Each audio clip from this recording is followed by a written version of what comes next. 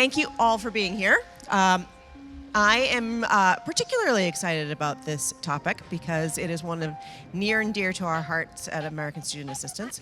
So my name is Julie Lammers, and I am the Senior Vice President of Advocacy and Corporate Social Responsibility for ASA. We are a national nonprofit focused on changing the way young people learn about career and navigate a path to education and career success. And one of the things that we are particularly interested in is trying to understand how do we ensure young people at a much earlier age have exposure to career and have the ability to understand who they are, where they fit in the world, and how to navigate a path towards success. We think fundamentally this is happening too late for most students. Thinking about what you want to do, where you want to go when you're a junior in high school has ensured that you've missed a lot of opportunity, whether for particular course planning, for experiencing work-based learning opportunities, and for really narrowing in on the types of post-secondary education that might align to your long-term interests. So we are very focused at ASA on trying to understand how we can get young people more exposure to career no later than middle school, knowing that a lot of young people actually foreclose opportunities for themselves if they haven't seen them by that point in their life. So we have a panel of experts today that is looking at this issue in detail. ASA undertook research with an education strategy group probably about a year ago, 6 months ago, to look at where policy exists throughout the United States to really drive opportunity for career-connected learning in middle school and more career exposure. And so Education Strategy Group did a scan of all 50 states, understanding what the policies were. I think the most impactful part of the report, in my opinion, was the conversations we had with students to understand how those policies are actually translating to practice, and hint, not very well, to really figure out how can we drive more opportunity in this way? How can we inform states what some best practices might be, and really begin to expand the work that states are doing around career exploration in the middle grades. So with us today, Kathleen Mathers, a principal at Education Strategy Group, who really led our research and can talk through some of the outcomes that we found in this work. Stephanie Simpson, who is the CEO of the Association for Middle Level Education and does a fantastic work trying to support the middle-level educators and has been a partner with ASA on trying to expand access to career readiness opportunities in that space. And then Paul Herdman from Rodel of Delaware, who has been leading the charge in the state of Delaware around expansion of statewide efforts around middle school career exploration. So thrilled to have you all here. Kathleen, maybe we can start with you just to go through some of the high-level findings of the report and what you found of most relevance. Sure, happy to. Glad to be with all of you this morning. As Julie said, we looked across all 50 states and DC, specifically at middle school career exploration in terms of, have they set a vision for this work? Have they begun to build policy around that vision? And have they likewise begun to build infrastructure to support implementation of that vision and those sets of policies? So we looked far and wide. One of the drivers of this was the shift in Perkins that allows for those dollars to support this work at the middle school level. So that was sort of an active priority that we had in our minds. To what extent are states sort of taking advantage of that opportunity? And I think the good news across the board is that there's a lot of very strong yet nascent work in place across the country. And frankly, you would expect it to be rather nascent at this point because the shift to career exploration at the middle school level is relatively new. Across the country, we found that states have done a very good job at recognizing the opportunity in Perkins to use federal dollars and attach some state dollars to their work. By and large, they have pretty strong definitions in place of what they mean by middle school career exploration. They've taken early steps to put policy pieces in place. What are the requirements? Are we going to have individual career and academic plans? What are the associated activities? What is required? What is optional? Really kind of building that repository. And then our biggest category was around infrastructure. So are they also building the necessary pieces to support implementation? So are they providing teacher training, advisor training and development? Are they building associated resource to support implementation? Do they leverage their CTSOs, their career technical student organizations in this work? Do they have an advocacy organization that's really coming to the table to advocate for this more broadly? So those were sort of the big buckets that we looked at. As I mentioned, they've done a pretty good job at establishing definitions. They've done a pretty good job at beginning to build policy. And they've done a pretty good job at beginning to build that infrastructure. But a lot of it are the early foundational pieces that you would expect to be in place at this point. Where we saw gaps in the work is in that more sort of advanced posture for career exploration. Number one, the student voice was essential to this. Julie's absolutely right. There is a gap between the policy vision and the implementation that's happening. Students, by and large, told us that, number one, they're still getting most of their career guidance from family and friends. They're not getting as much in school. What they are getting in school tends to be more paper pencil activities. So while a state policy might say every student is going to have a plan or an interest inventory, it's turning into sort of a checklist. Do this once in a while, revisit it next year, go back to your paper and make some changes. And what students are really craving is authentic hands-on experiences.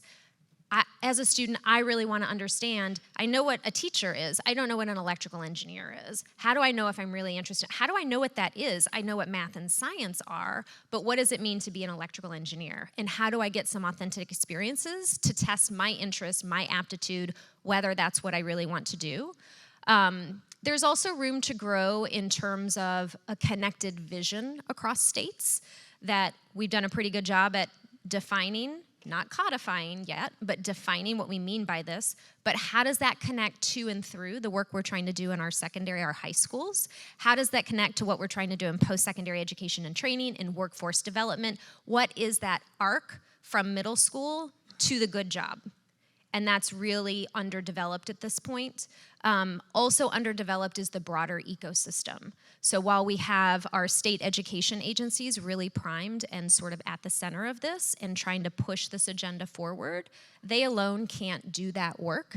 They need a coalition of the willing. They need a set of champions in their state community who will come to the table and advocate for the importance of this work to be done really well. So kind of big picture, where we're doing well and where we have gap areas, and I'm sure we'll go a little bit deeper in the conversation. Yeah, and one of the things I think that was very clear in the report is there is not a lot of understanding of data and accountability around programming, that there might be things that are being done in an individual classroom, not a lot of assessment or understanding of how that works and what the learning outcomes are for those types of activities. And you found that across the board, correct? Across the board, a lot of work on the input side. What are the policies we're going to put in place? What are the resources we're going to place? What are the activities we're going to ask everyone to do? Less focus on how will we know we've been successful, right? What is the vision? What are the key performance indicators? And what is the data we need to collect to be able to understand how well this is happening in practice across states? And take that a step further, to what extent are we building this into our metric systems that matter, our accountability systems, state and federal level? So thank you for pointing out. It's very nascent. So Paul, Delaware has been at this for a number of years now, right? And it is a part of a larger pathways program that the governor, multiple governors ago, right? 3 governors ago now, wanted to undertake to understand how can we build better career-connected learning in the state of Delaware. And over the last few years, really trying to move that down into the middle school space, understanding that the pathway programs that you're building you only get halfway there if young people don't go into those pathways with an understanding of why they're there, what they're interested in doing. Can you talk a little bit about the process of getting this program up and going and why this was such a priority for the state of Delaware in general? Sure. And I might say that just on the front end, I mean, obviously we're going to a lot of different sessions and you're trying to glean something useful out of this. I'll just start with one useful resource, which is our website, delawarepathways.org, has a whole dedicated section around middle grades that has all the resources that I'm referencing here. So just as a context piece. I would also just say that in terms of the big picture, and then I'll speak quickly to Delaware, One of the challenges, I actually had an opportunity to go look at career pathways outside the US in several countries recently. One of the things that came across to me is that we are extremely fragmented. And so I bet each of you has islands of excellence in your given states, but there are really no systems of excellence in any given state, sort of to your point. And so part of what we're trying to do in Delaware is build that system of excellence. And I would say, in terms of the origins of this, I actually just presented at our Delaware Pathways Conference yesterday. And it was basically our 10-year anniversary. And somebody who was on the panel 15 minutes ago, Luke Ryan, and I met in Switzerland because we were doing some benchmarking based on, frankly, a fear that had developed in Delaware. On the heels of the economic crisis around 2009 to 2013, there was a big fear that we were going to lose one or more of our major companies because they were basically saying, we're just not preparing our young people. The world's changing too fast. So we started to go and look at what was happening in Switzerland, Germany, Singapore, et cetera. Long story short, we got one pilot going of 27 students. We've had catalytic investments. We've married together, and we can talk about how we've sort of worked to braid federal resources to make them a little more aligned and coherent to be able to stretch them further. But we now have about 30,000 students in our career pathways efforts, which in a state where there's about 10,000 students per grade, that's close to 70% of our high school students are involved in a pathway which includes a work-based learning experience, industry-recognized credential, access to college credits. But I would say there are two significant challenges which actually drove us to the middle grades work. One is, we still have a lot of work to do to make this consistent, high quality.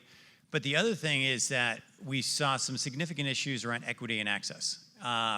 And so when we did some analysis of what kids were going into each of the different pathways. We have now 24 different pathways from that one that started in 2014.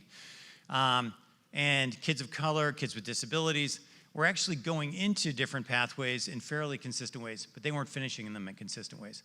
And so one of the things that we said was maybe we could start earlier. And a big part of this effort, and that ASA was a part of this, along with Bloomberg and the Walton Foundation and some federal dollars, we started a pilot, basically some research on this 3 years ago. And the first 2 years were really very student-centered. We had a whole student group. We had 30-some folks across the spectrum in terms of public-private players.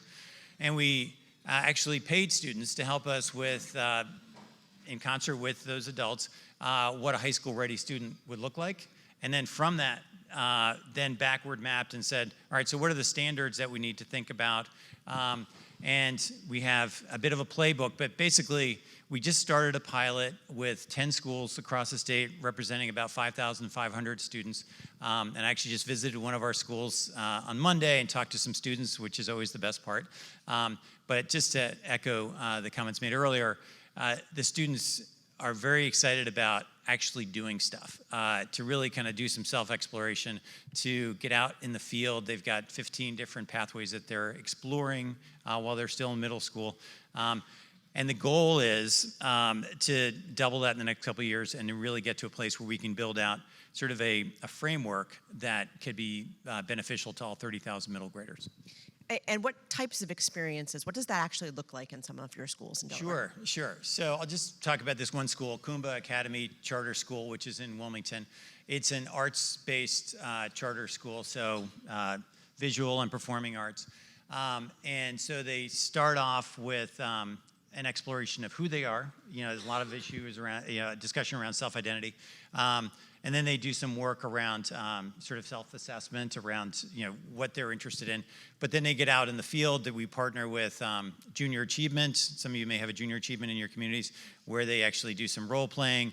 But eventually what they're working towards in the first two grades, in 6th and 7th grade, they're working on sort of building a project that they could sort of almost like towards a capstone project. And then 8th grade, they're actually building out a capstone project around really being clear about what their interests might be and sort of their plan for high school might be. And I think it was interesting. I was sitting next to, just as a quick anecdote, one of my compatriots, one of my colleagues in my team, who's named Alejandra, and she's much younger. She's in her 20s, and she was just sort of nodding as we were talking to these kids, and she said, I was a first-generation college kid. My nearest high school was a vocational school. I went to the local school because that was the nearest school, even though I was interested in sort of communications and film and things like that. But she went in the HVAC sort of pathway because that was sort of the thing that she sort of like picked a box. She's now working with us on social media. She was sort of burgeoning film director. But she's like, if I had done this in middle school, like, you know, I would have had but she just didn't have the opportunity to kind of figure out what were some smart choices because she didn't know what the implications of where she chose to go to high school would be and what that could lead to later on.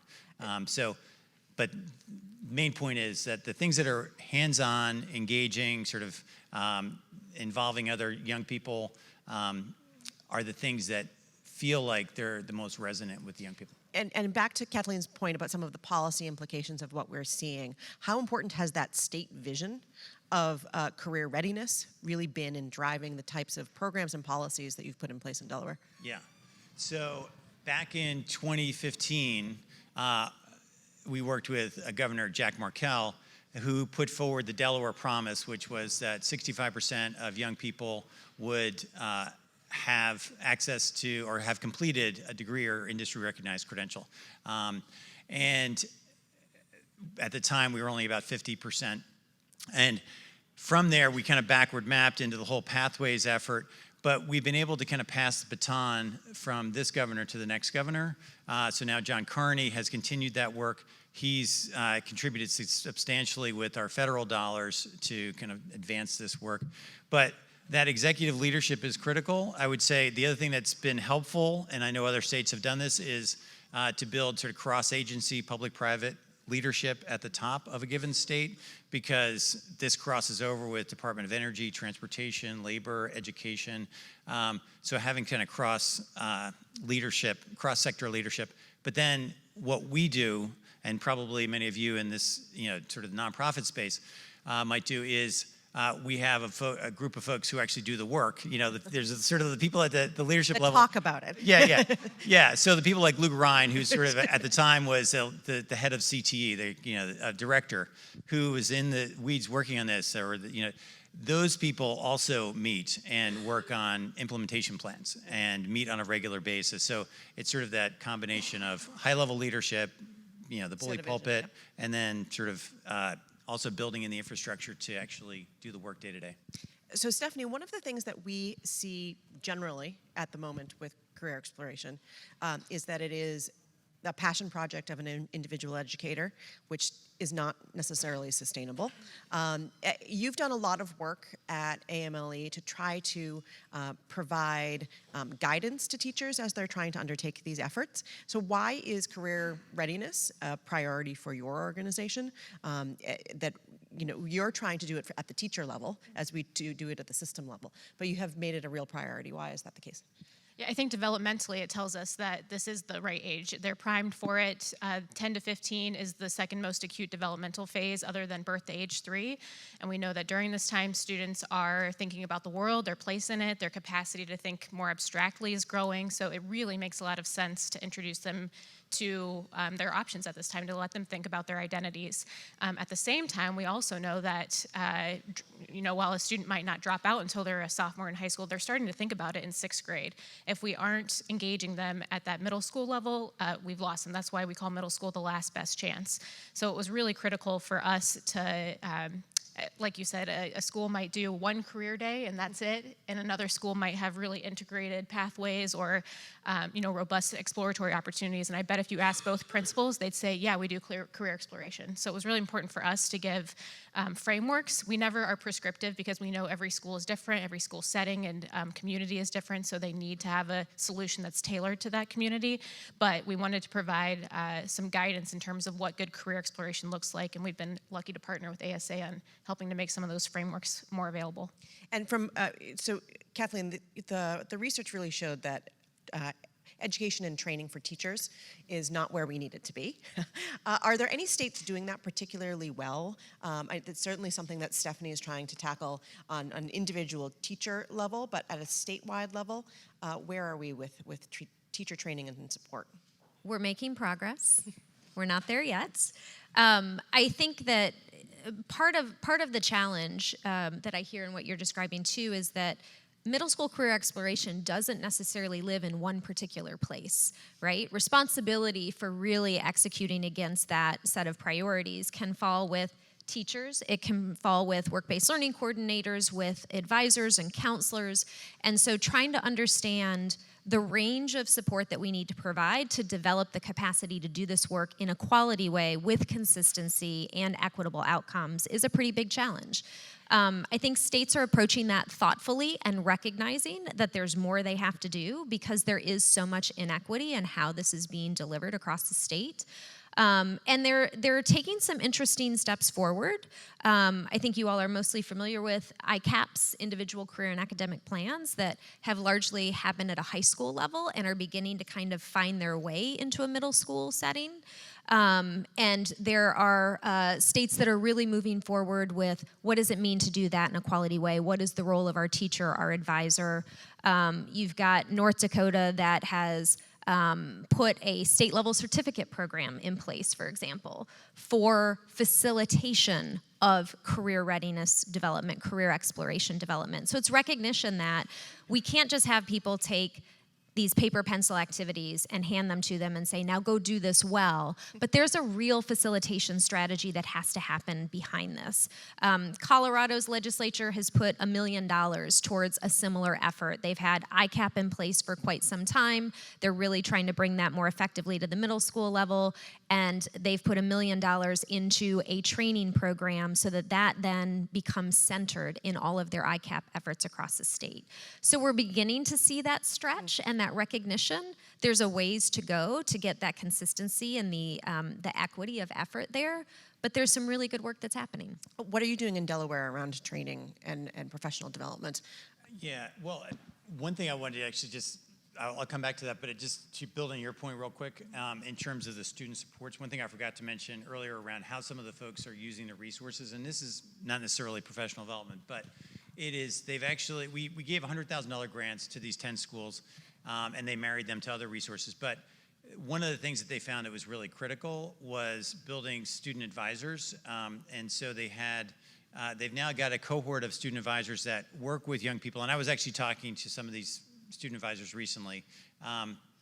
And they're doing everything from working with kids who are unhoused and figuring out how to navigate those issues to actually one I was talking to is saying that their family had to go to court. And nobody could take them there, and they were literally taking them to court and being there and serving as an advocate. So there's a sort of a wraparound set of supports that are also going along with sort of the academic pieces of this. On the professional development side, I would say we're early days also. I mean, I think part of what we're trying to do in this is sort of do it, develop something with the educators in these middle school pilots, these 10 pilots. And the idea is that they are building the playbook with these 10 schools, and that then there will be somewhat of an implementation roadmap, but it's pretty different in the 10 different pilots that we've got. There are some things that are tight, in terms of, you do have to have a plan around professional development and address the issues of equity, think about sort of the work-based learning experience, et cetera. But the specifics on that are still kind of being developed in each place. And so we don't have a consistent professional development across the board on that, but that's what we're building in this pilot. Stephanie, so career readiness is a policy priority for AMLE. What types of intervention supports, policies are you encouraging states to undertake, or even the federal government to undertake to expand this work? Yeah, in addition to opening up more funding to do this work at the middle grades, we do want to be, the one area where we express some caution is that we'll get approached a lot that, hey, we've been doing this at the high school level for a long time. We realize that's too late. We're just going to dump it down in the middle school now. And we strongly advise against that. It needs to be tailored to the unique developmental phase of those students. It needs to be low pressure, low risk. They need to be able to be truly exploring and not be tracked into a particular path. but we know that it's really important that it happen. I talked to a principal last week who said, we're making students make all these really important decisions in 9th grade, and we've given them no lead up to do that. You're making these decisions that are going to be impactful for their high school and their career, and have not given them the tools that they need to be successful in making those decisions. So it's more about opening up access and opportunity in the middle grades, but also giving them a framework at the state level, like we've talked about, to do it successfully. I'd also just tag onto that, like context-wise, the rate at which new occupations are forming is unprecedented. And there are many new occupational fields that are possibilities now that kids have never even heard of before. So like the semiconductor space, you hear more and more, you look at the growth of that field and more programs being developed. Tell a middle school student semiconductors the way you need to go, they're gonna look at you with their eyes glazed over, right? Like no idea what that actually means. So to your point, finding the developmentally appropriate activities to helping them explore that beyond a description that you put on paper, beyond a sort of checklist of if you're interested in, if you're good at, then you might want to go in this direction. What are the authentic experiences that you can provide in a low pressure sort of environment that help them eliminate things from possibility, move towards things in possibility, and understand that this is a lifelong development process, right? Like this is the starting point. You're gonna get more and more refined over time in terms of what you want to do, what you don't want to do, and discovering what you don't want to do is just as important as what you do want to do, so that we don't get kids so far down that path that they feel trapped in what they've chosen, and then they just step back and sort of drop out altogether because they don't know where to go. Julie, could I jump in on that? Of course, real quick? absolutely. Sure. So just in terms of like the changing economic landscape, so as a volunteer job, I also I chair strategic planning for our workforce development board in Delaware. And so one of the things that we're seeing is that there is literally a talent shortage in every sector, which is probably the case in most of your states. And there are some traditional paths like healthcare and education. And we actually have roadmaps for that. Like we can show now, all right, in middle school, as you think about high school, you should be thinking about these courses. Here's where there's teacher academies where you can do a practicum. And then once you get out of high school, here are some scholarship opportunities. Like there's a whole path. But to your point, Kathleen, there's a whole slew of new jobs. So, and this is actually a huge opportunity. And so I referenced Luke Ryan earlier with the U.S. Department of Ed. There's literally $2 trillion that is going across a range of workforce development efforts, from green energy and hydrogen, et cetera, to semiconductors, et cetera. And there's a workforce component to every one of those pieces. So if we can tie this burgeoning effort around the middle school work, the high school work, around building these talent pipelines to these emerging industries, we could be addressing the equity issues and the redesign issues around high school, middle school, as well as helping the country in this global arena. That leads into a question that I had. So back to Stephanie's point around one of the biggest priorities needs to be funding. Kathleen, the research shows that some states are doing that well in seeking out sources of funds. Delaware has done it particularly well in braiding together both federal, state, and philanthropic funding to move this agenda along. Maybe start with you, Kathleen, around what you're seeing from a funding perspective and where funds for this type of activity is coming, so that as we're thinking at AMLE, at ASA, what we're advocating for, where are the opportunities? Yeah. Because funding does exist, given the examples that Delaware has set on being able to think creatively about what pools of funding to pull from, but what are you seeing states actually use? So we know funding exists. Mm-hmm. We wanted to see in our research, do states know that funding exists? Do states know that the changes to Perkins allow them to pull this work down and they have a funding source that can support this work at a middle school level? Across the board, we're seeing that most states are attaching federal funds to this. They are putting state funds to this work as well. And in some cases, they're bringing in private funds. But not all states have actually written into their Perkins plans that funding can be used in middle school. And so next month when they're due, hopefully some of them will change that. But and another bite at the apple. Exactly. Yes. So sorry to interrupt, but there are those pockets, and states are doing some of that. Yes. But Paul, how have you done it in Delaware to think differently about the types of funding you're using and sort of the allowable uses of funding Sure. to make it possible? So, I mean, we're actually in the midst of doing the work with Perkins to make sure that we're fully leveraging that, and also to potentially change some policy. It might be legislation, might be regulation, to be able to kind of stretch our state dollars to go down to the middle grades level around the CTE work.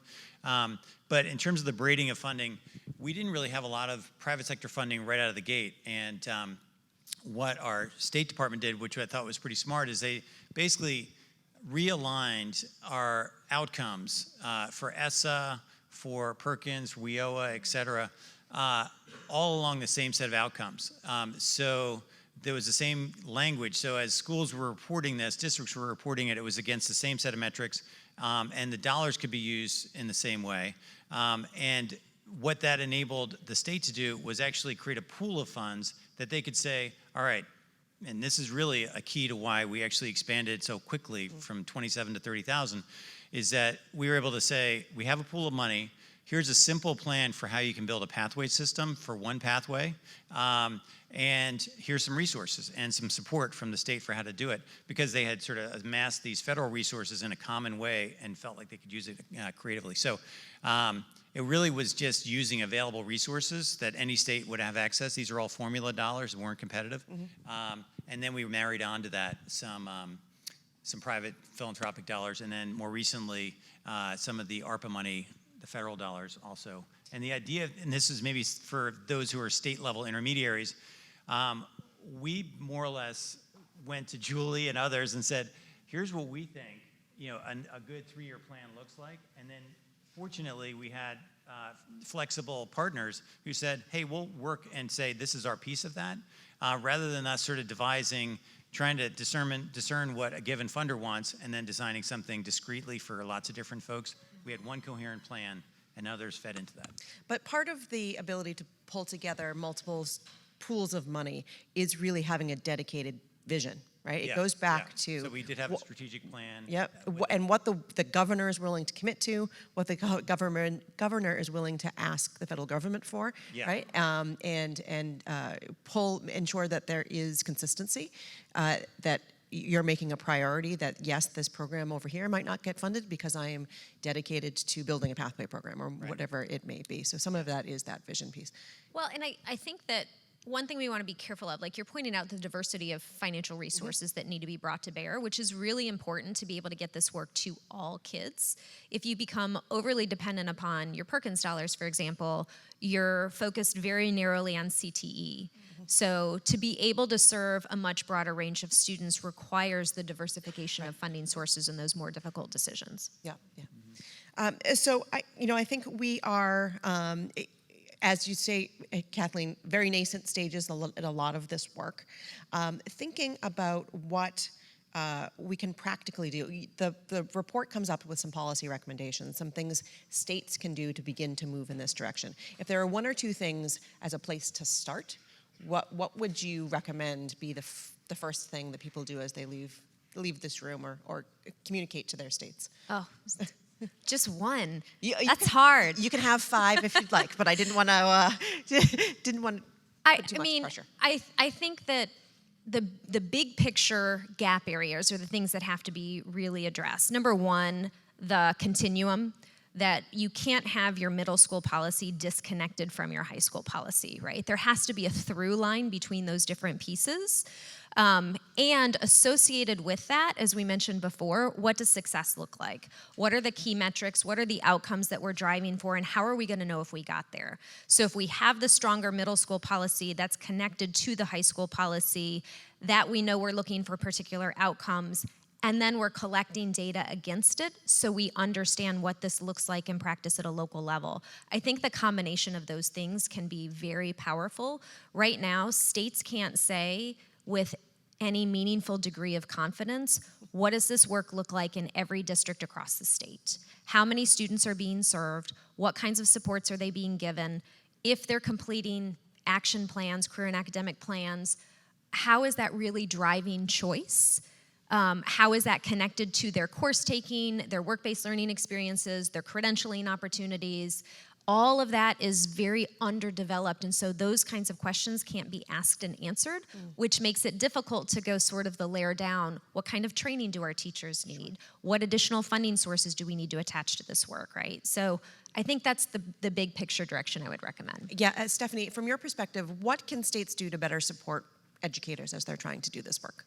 Yeah, I think there's a lot of fear for educators right now, to your point about semiconductors. A middle school science teacher, I don't know the first thing about that. I'm supposed to equip I'm a teacher. Exactly. I've always been a teacher. Exactly. So Biology major or a chemistry major, and now you're throwing semiconductors at me. exactly. But instead, it's communicating that it's more about giving kids confidence in their identity before they go to high school so that they're ready to make positive decisions. So it's about giving them ready tools. Like, we're excited that we partnered with Canva for Education and with ASA to create a set of templates that teachers can use for identity exploration with students, and those are available free on our website. So it's about giving them tools that aren't one more thing for that teacher who already has initiative fatigue, but just things that can really easily integrate into what they're already doing in their classroom. And do you see that happening pretty regularly? I know so the work that we've been doing together has only been in the last few years. Do you see a great uptick in demand for those types of resources from teachers? I definitely do. And I think that it's in response to them seeing that it's going to set kids up to be more successful in high school if they've done this work. So it's definitely trickling down more so over the last couple of years. Okay. Well, I was just going to say, to build on that real quick. If it's exciting for the kids, it's exciting for the teachers. I was a middle school and high school teacher. I actually was in a school in Texas, and this teacher I was talking to basically said, I was about to quit. I was just totally burned out. It was COVID, was killing me, et cetera. And the work they were doing was just so exciting because the kids were just really owning it. They were doing a lot of work around sort of giving students agency around when and what and how they learn. And it was inspiring to the teachers. And so I think there's a twofer here to some extent. If we can design something that is really engaging for young people, it's going to be helpful to retain and sort of attract young teachers as well. But yeah. And so, Paul, you've been on this journey with Delaware for at least 10 years now, right? With this work. Yeah. Where should people start in this process as they're trying to think about how to build towards better, more intentional career exploration activities for young people? Yeah. This is the middle school work is fairly new in Delaware, but it is part of a much larger plan. So where would you think is best to start? This is tough because we're a smaller state, but I think if I were in Texas, I would think about it more regionally, or California or something like that. But is building that common vision and amongst a cross-sector set of partners. So we have developed this thing called the Vision Coalition, and we're an operating foundation, so we can help convene people. But what we find in this very polarized world, we can get people on the Business Roundtable, CEOs, to the heads of our teachers union to agree on some core principles if we really build off of data. I think building that common vision, one of the things we worked on was we worked with a guy named Marty Linsky, who's an expert on adaptive leadership, and his definition is being willing to disappoint your own constituency at a rate that they can stand. And the idea is that he was able to go to each of us and say, if you are willing to give a little bit, we can get to this 80%. Everybody agrees that early childhood is important, that college and career access is important. So I think building a common vision, hard as it may be, is the starting point. But I think given where we are as a global sort of community with AI, et cetera, I think some countries are actually redefining what it means to be a successful adult. Like in Canada and British Columbia, they're basically building career readiness into that definition, so starting in kindergarten. And so I think it's an opportunity where we are to kind of rethink and rethink that definition of what we think success looks like for students. Wonderful. So well, that's not a small task to undertake, no, sorry, that's not a very easy start. but apparently Paul just signed up for doing that. So. Yeah. I just think the idea of building a common vision, because then otherwise, without that, you just continue to work in the silos and fragment it. And I think that's universally what we saw in the report, right? That the states don't tend to have a common vision of any of this work. There is great things happening in silos. maybe at the Department of Labor, Department of Education, they're not working effectively together. They're not thinking of a holistic view of how middle school will lead to long-term success. And in order to get to a point of success for all young people, we need to start thinking in that way. So with that, I appreciate our panelists being here today. I'm sure I've actually got copies of the report if anyone would like to have a copy. Panelists are welcome to stay and answer questions if you had them. So thank you so much for joining us, and have a great rest of the conference.